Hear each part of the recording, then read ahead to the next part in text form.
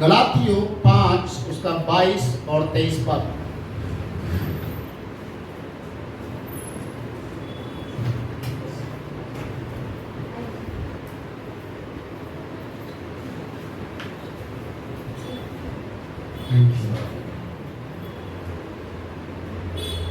निकाल लीजिए, सभी आराम से निकाल लीजिए। गलातियों 5 उसका 22 और 23 पद। कुरिन्थियों के बाद में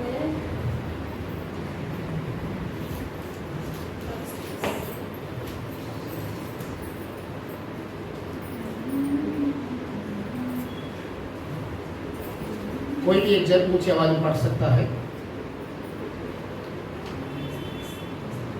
पर आत्मा का फल प्रेम, आनंद, शांति, धीरज, कृपा, भलाई, विश्वास, नम्रता और संयम है। ऐसे ऐसे कामों के विरोध में कोई भी व्यवस्था नहीं। ठीक।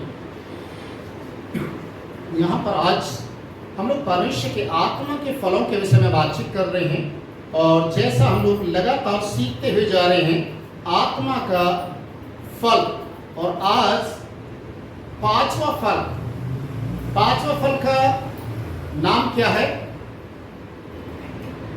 कृपया। एक कृपा होती है, एक कृपया। तो हमें कृपया को नहीं देखना है, कृपा। कृपा मीन्स जो डायरेक्ट परमेश्वर की ओर से हमें मिलती है। और इसे हम दूसरे शब्दों में अगर बोलना चाहें तो बाइबल हमें बताते हैं कि जो कृपा है वो एक ऐसा शब्द है जो परमेश्वर मनुष्य जाति के लिए करता है, जिसमें उसका दया, उसकी तरस, उसका रहम, उसका करुणा, उसका अनुग्रह, वो सारी चीजें आती हैं। जो एक सृष्टि करता है वो कैसे अपने लोगों के ऊपर स्वर्ग से आशीष देता है, किस तरीके से मनुष्य जाति को खाने के लिए अन्न देता है और पीने के लिए पानी का प्रबंध करता है, ये सब अद्भुत है। और इसलिए परमेश्वर का वचन कहता है कि जो आत्मा का फल है, पांचवा फल, वो कृपा है। तो इसलिए हम जब इसको हम देखेंगे तो इसे इस प्रकार से बोला गया है, कृपा जो शब्द है, कृपा को हम इंग्लिश में ग्रेस भी कह सकते हैं, मर्सी भी कह सकते हैं, काइंडनेस भी कह सकते हैं, और फेवर भी कह सकते हैं। मतलब दया, अनुग्रह, कृपा, ये जो शब्द हैं ये सब परमेश्वर की ओर से हैं और मनुष्य जाति के लिए है। जब परमेश्वर हमारे ऊपर अपनी दया को प्रकट करता है, क्योंकि वो इसलिए भी करता है क्योंकि वो सृष्टि करता है, उसने मनुष्य जाति को बनाया। और आज हम जब देखते हैं तो परमेश्वर एक बात को कहता है, पूरी दुनिया के अंदर पूरे मानव जाति के ऊपर परमेश्वर की करुणा किस तरीके से प्रकट होती है। पहला कुरिन्थी की किताब जब हम पढ़ते हैं तो वहां पर 13वें अध्याय में प्रेम के विषय में दिया गया है कि प्रेम, जब एक इंसान परमेश्वर के प्रेम को जान जाता है, उसके साथ चलना शुरू करता है, तो परमेश्वर की जो दया है, परमेश्वर का जो अनुग्रह, वो स्वर्ग की ओर से उसके ऊपर प्रकट होता है। मैं कुछ वचन आपके बीच में रखूंगा, तो आप इन वचनों को ध्यान से सुने, नोट करें। दूसरा कुरिन्थियों उसका 12 अध्याय उसका 9 पद, कोई भी एक जन पढ़ सकता है। दूसरा कुरिन्थियों 12 का 9। यहां पर पौलुस परमेश्वर के सामने एक प्रार्थना को करता है, और वो प्रार्थना का जो शब्द इस प्रकार से है कि शैतान ने मुझे एक कांटा चुभाया है, शैतान का एक दूत मुझे घूस से मारता है, और मैंने इसके लिए परमेश्वर से प्रार्थना किया। एक बार नहीं, 2 बार नहीं, 3 बार प्रार्थना किया, और परमेश्वर की ओर से मेरे लिए एक उत्तर आया, पर उसने मुझसे कहा, मेरा अनुग्रह तेरे लिए काफी है। इसका मतलब परमेश्वर अपने डरवैयों के ऊपर जो अनुग्रह करता है, कृपा करता है, दया करता है, उसकी दया अपरंपार है। वो हमें हर एक परिस्थिति से उठाने के लिए हमें ताकत ही नहीं देता, बल्कि हमें इस योग्य बनाता है कि हम उसके फल को अपने जीवन के अंदर अधिकाई के साथ काम करने दें। इसलिए पौलुस कहता है, प्रभु की ओर से सब मेरे पास आया, मेरा अनुग्रह तेरे लिए काफी है। हालेलुया। भजन संहिता उसका 46 अध्याय, भजन संहिता साम्स चैप्टर 46 वर्स 10, भजन संहिता 46 उसका 10 पद, और यहां पर लिखा है, चुप रहो और जान लो कि मैं परमेश्वर हूं, मैं जाति में महान हूंगा, मैं पृथ्वी पर महान हूं। चुप हो जाओ। जब आप परमेश्वर के सामने परमेश्वर की मर्सी को, परमेश्वर के ब्लेसिंग को अपने जीवन में देखना चाहते हैं, परमेश्वर के काइंडनेस को अपने जीवन में देखना चाहते हैं, तो बाइबल में लिखा है चुपचाप हो जाओ। एक ऐसा समय था जब इजरायली लोग लाल समुद्र के सामने खड़े थे, डरे और भय खाए हुए थे, पर वहां पर परमेश्वर का दास मूसा इस तरीके से कहता है, खड़े खड़े परमेश्वर के कामों को देखो, चुप रहो। और जब परमेश्वर अपनी दया को प्रकट करता है, परमेश्वर अपने अनुग्रह को देता है, तो सारी दुनिया के लोग, सारी सृष्टि इस बात को जानते और महसूस करने लग जाते हैं कि ये कार्य परमेश्वर की ओर से है। हालेलुया। तो परमेश्वर का जो अनुग्रह है वो इस तरीके से प्रकट होता है जब सारे रास्ते बंद हो जाते हैं, दुनिया के सारे रास्ते बंद हो जाते हैं, फिर भी उस परमेश्वर का द्वार मनुष्य जाति के लिए कभी बंद नहीं होता। हालेलुया। एक ऐसा समय था जब परमेश्वर ने नूह से बातचीत किया और बोला, एक जहाज बनाना, उसका एक दरवाजा भी बनाना है। ध्यान से सुने, क्वेश्चन आएगा आपके पास। परमेश्वर ने कहा एक जहाज बनाना है, उसमें एक दरवाजा होना है और एक खिड़की भी उसमें बनाना, उसका आकार, लंबाई, चौड़ाई सब बता दिया। और उसके बाद हम देखते हैं कि एक समय निर्धारित किया गया, जहाज बनने के समय तक परमेश्वर बार बार नूह से बातचीत करते रहा, नूह जाकर प्रचार करते रहा, लोगों को समझाते रहा, और उसके बाद जहाज भी बनाना शुरू किया। और उस जहाज को बनाने में लगभग 100 से 120 साल लग गए। और उसके बाद हम देखते हैं जब समय पूरा हो गया, जहाज बनकर रेडी हो गया, नूह और उसका परिवार उस जहाज के अंदर चले गए। जो जानवर नर और मादा करके परमेश्वर ने ठहराए थे कि उनका बचना जरूरी है, उनको भी जहाज के अंदर नूह लेकर चला गया। और उसके बाद जहाज का दरवाजा बंद हो गया। जहाज का दरवाजा बंद किसने किया? किसने किया? परमेश्वर ने। परमेश्वर ने क्यों किया? क्यों किया? क्योंकि नूह भी एक संसारिक व्यक्ति था। हो सकता है नूह के अपने खुद के परिवार के लोग होंगे, हो सकता है उसके रिश्तेदार होंगे, हो सकता है उसके बेटों की जो बहू है उनके परिवार के लोग होंगे, और हो सकता है शायद वो तरस खाकर दरवाजा खोल दे। समझ में आ रहा है? शायद हो सकता है वो तरस खाकर, शायद हो सकता है उसकी बहुएं हाथ जोड़कर अपने ससुर के पैरों में लेट जाती, मेरे मम्मी मेरे पापा को बचा ले, उनके लिए तो दरवाजा खोल दे। हो सकता था नूह के सगे अपने जो भाई बहन बंधु भी होंगे, पर नूह कहता है इस दरवाजे को किसने बंद किया है? स्वयं परमेश्वर। प्रियो, जब परमेश्वर अनुग्रह करता है, दया करता है, तो भरपूरी के साथ करता है। और जब तक उसका द्वार बंद है तो बंद है, और जब तक खुला है तो खुला रहेगा। जब आप प्रकाशित वाक्य उसका 3 अध्याय उसका 8वां पद आप पढ़ेंगे, प्रकाशित वाक्य 3 का 8, तो वहां पर लिखा है परमेश्वर का जो द्वार है वो आज भी खुला हुआ है।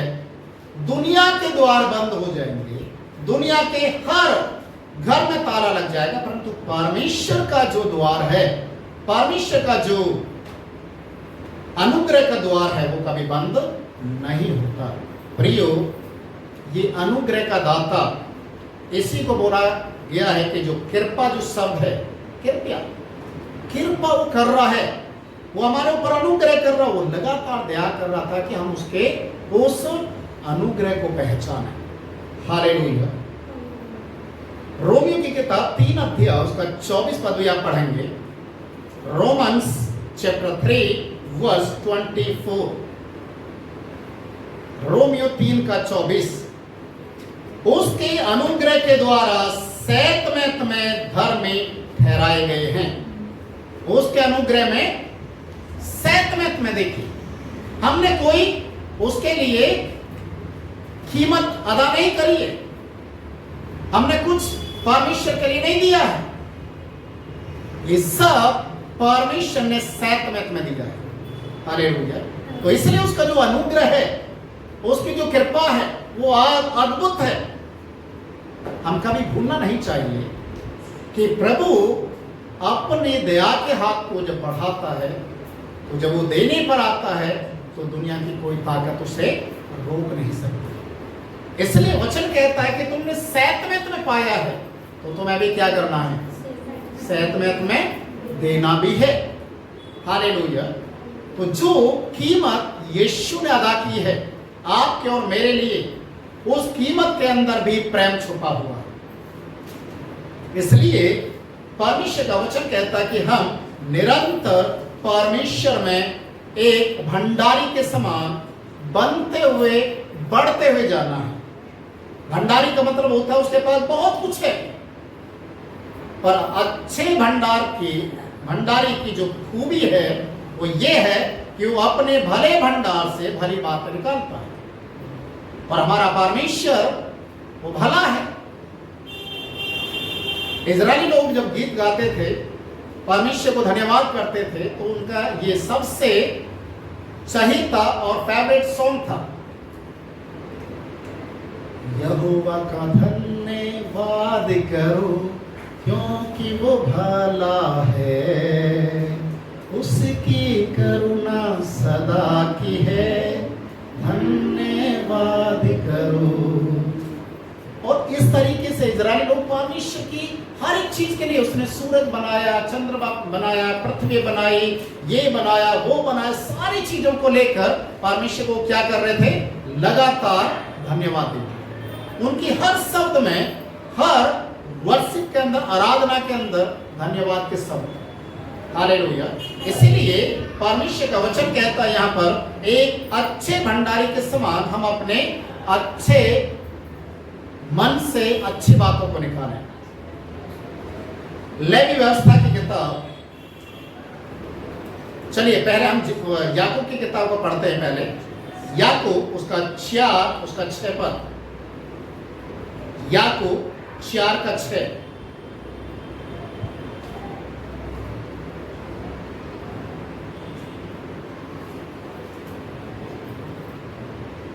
याकूब 4:6।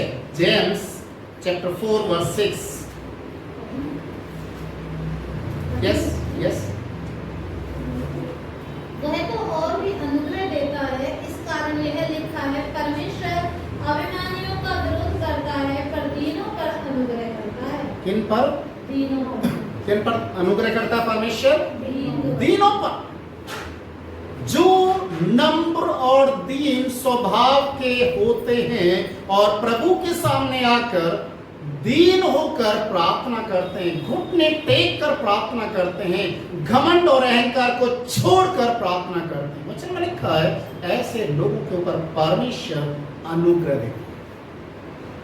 उसका जो अनुग्रह है, उसकी जो कृपा है, वो लगातार बनी रहती है, लगातार।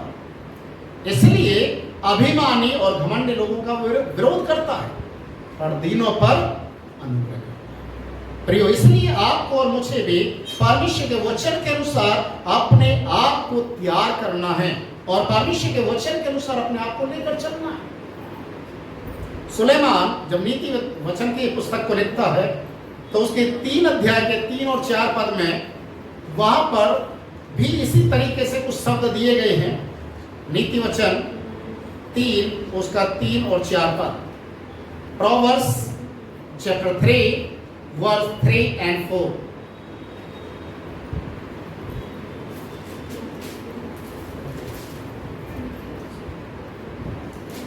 प्रियो, ये आत्मा का फल 5वां फल है, इसलिए हर एक चीज को सच्चाई तुझसे अलग न होने पाए, वरन उनको अपने गले का हार बनाना और अपनी हृदय रूपी पट्टियों पर लिखना। क्या लिखा है यहाँ पर? कृपा और सच्चाई। आत्मा का 5वां फल क्या है? कृपा, अनुग्रह, दया, मर्सी ना। ये जो ऐसे शब्द हैं जिसको कृपा के जो पारिवारिक जो शब्द होते हैं, हैं, क्या बोलते हैं उसको? पर्यावचन है ना, पर्यावचन है, पर्यावाची वचन है। ओके, तो मतलब एक शब्द के अनेक शब्द है ना, इसको ऐसा बोला जाता है, एक शब्द के अनेक शब्द। तो जो कृपा शब्द है उसी के ही शब्द हैं, और इसलिए नीति वचन को लिखने वाला सुलेमान कहता कृपा और सच्चाई तुझसे अलग ना होने पाए। इन्हें क्या करना? अपने गले का हार बनाना। आपने देखा होगा राजा महाराजा लोग भी अपने गले के अंदर हार डालते थे, है ना। हार, ये फूल वाला हार नहीं, मोतियों वाला। बहुत सारे जो ब्याह शादी जब होती हैं तो गले में बहुत सारे हार डाले जाते हैं। आजकल तो दूल्हे के भी गले में हार डलता है, पैसों का भी डलता है। पर यहाँ पर कौन से हार के विषय में लिखा है? कृपा और सच्चाई वाला हार तेरे गले में लगातार बना रहे। हालेलुया। इसलिए हम लगातार वचन को अपने हृदय के अंदर बसा के रखें ताकि ये शब्द हमसे दूर ना होने पाए। रोमियो की किताब उसका 5 अध्याय उसका 20 पद में हम पढ़ेंगे। Romans chapter 5 verse 20।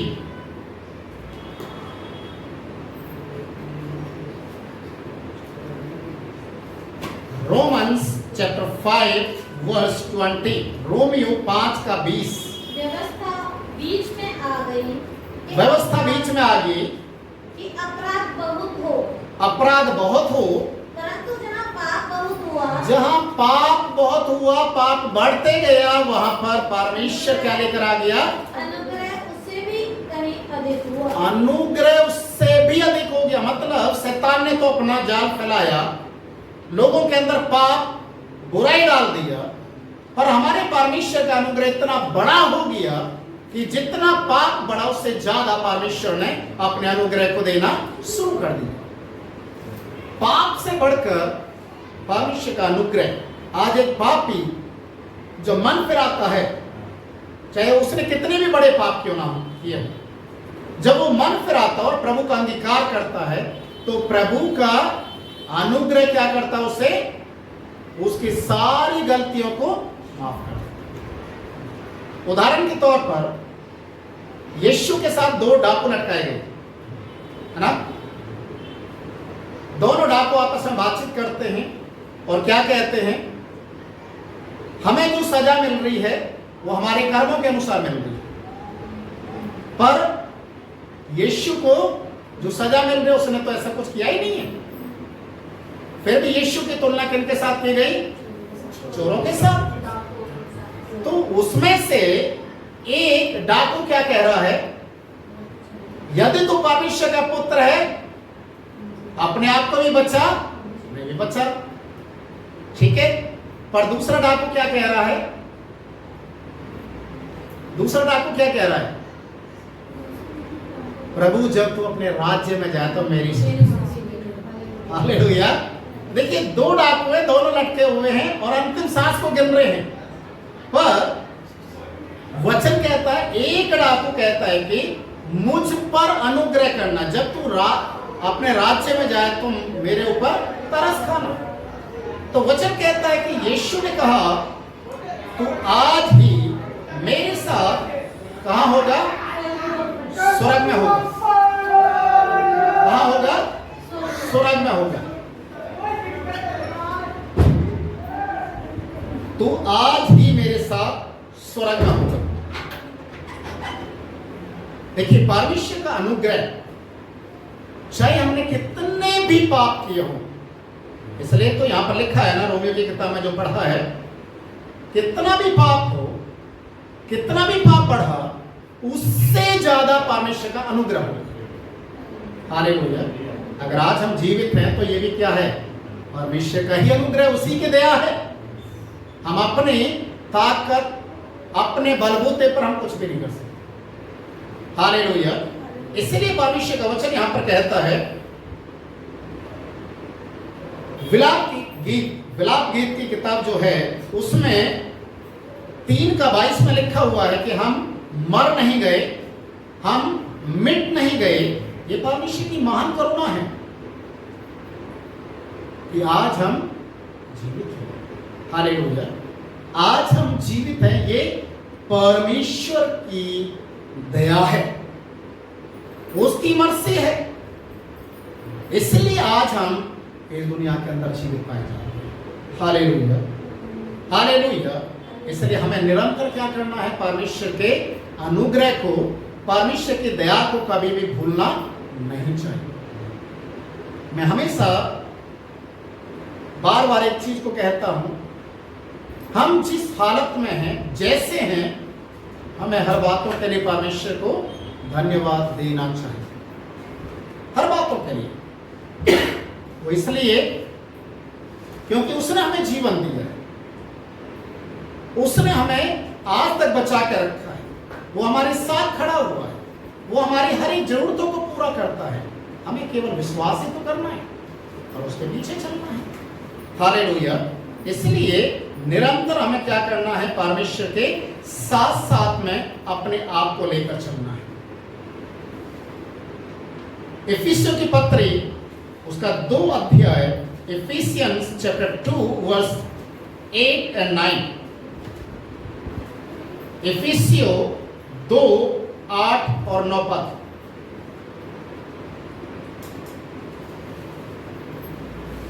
इफिसियो 2, 8 और 9 पद। इफिसियन चैप्टर 2 वर्स 8 और 9।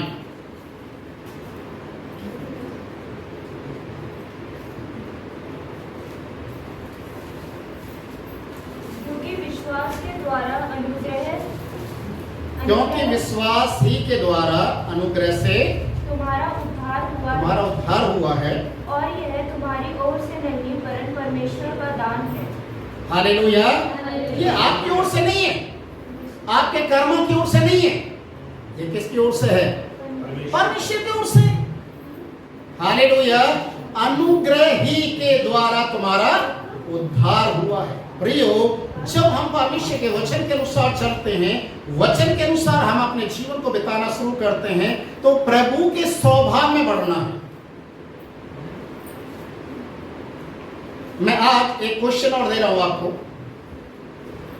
आप नोट कर लें।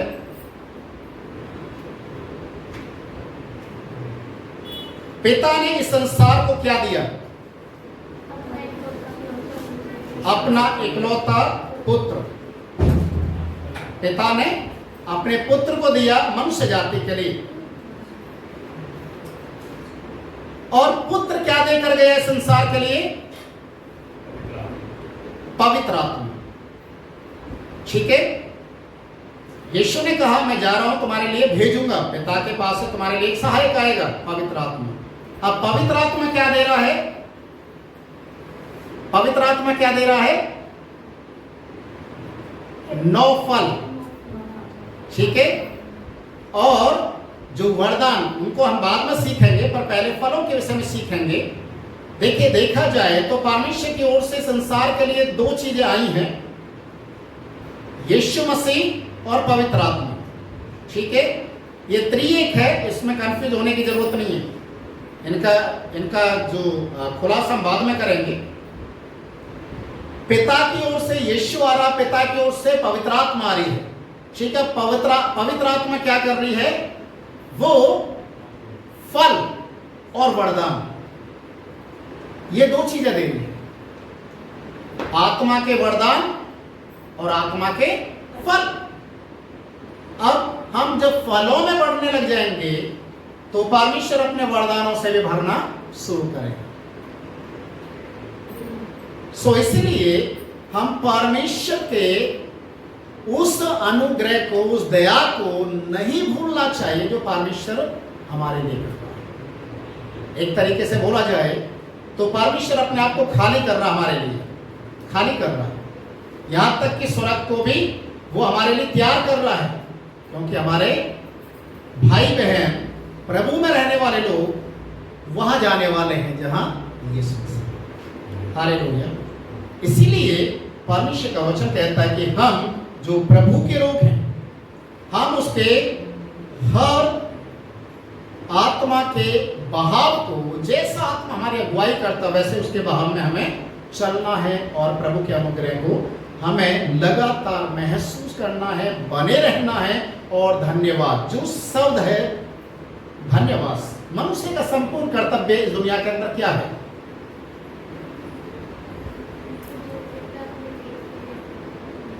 नहीं, मनुष्य का संपूर्ण कर्तव्य, मनुष्य को क्या करना चाहिए? वो जीवन में अपने परमेश्वर की आज्ञाओं का पालन करे। देखिए, बाइबल में लिखा है, सबोपदेशक की किताब उसके 12 अध्याय के 13 पद में लिखा हुआ है, मनुष्य का संपूर्ण कर्तव्य है। आप पढ़ें जरा उस वचन को।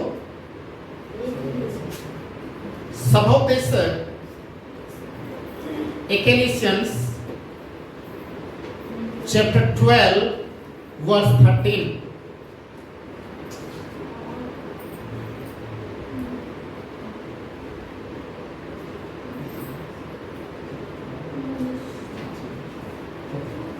सब कुछ सुना गया कि परमेश्वर का भयमान और उसकी आज्ञाओं का पालन, उसकी आज्ञाओं का पालन कर, क्योंकि मनुष्य का संपूर्ण कर्तव्य, मनुष्य का संपूर्ण कर्तव्य यही है। प्रिय, एक चीज को हमेशा याद रखें कि हम परमेश्वर के अनुग्रह में जब तक अनुग्रह को नहीं जानेंगे, जब तक अनुग्रह को पहचानेंगे नहीं, तब तक हम कैसे परमेश्वर की दया को और परमेश्वर के अनुग्रह को, परमेश्वर की कृपा को जो मनुष्य जाति के लिए करता है, उसे हम कैसे धन्यवाद दे पाएंगे?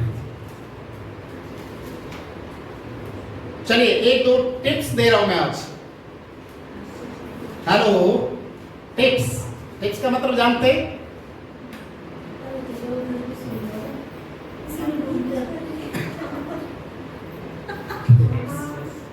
टिप्स जानते हैं टिप्स। जब एक व्यक्ति बीमार हो जाता है, बहुत सीरियस कंडीशन में चला जाता है, हॉस्पिटल के अंदर जाकर एडमिट होता है, तो लोग कहते हैं कि उसको आईसीयू के अंदर एडमिट किया जाए। आईसीयू में क्या होता है?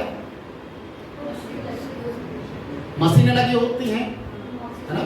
ऑक्सीजन का मतलब एक तरीके से आईसीयू का मतलब ऑक्सीजन वाला रूम, ठीक है? ये जो ऑक्सीजन लोग लेते हैं, कितना पैसा देते हैं उसका? कोई बीमार है, हॉस्पिटल में एडमिट हो गया, आईसीयू के अंदर अगर चला गया तो कितना देते हैं? मेरे विचार से लाखों रुपए भी खर्चा हो जाते हैं। अभी कोरोना में तो मिल ही नहीं रहा, ठीक है। लाखों। अब सोचने वाली बात है, परमेश्वर मनुष्य जाति को ऑक्सीजन फ्री दे रहा है, दे रहा है या नहीं? फ्री है। तो क्या परमेश्वर को धन्यवाद देना नहीं चाहिए? देना चाहिए। हालेलुया।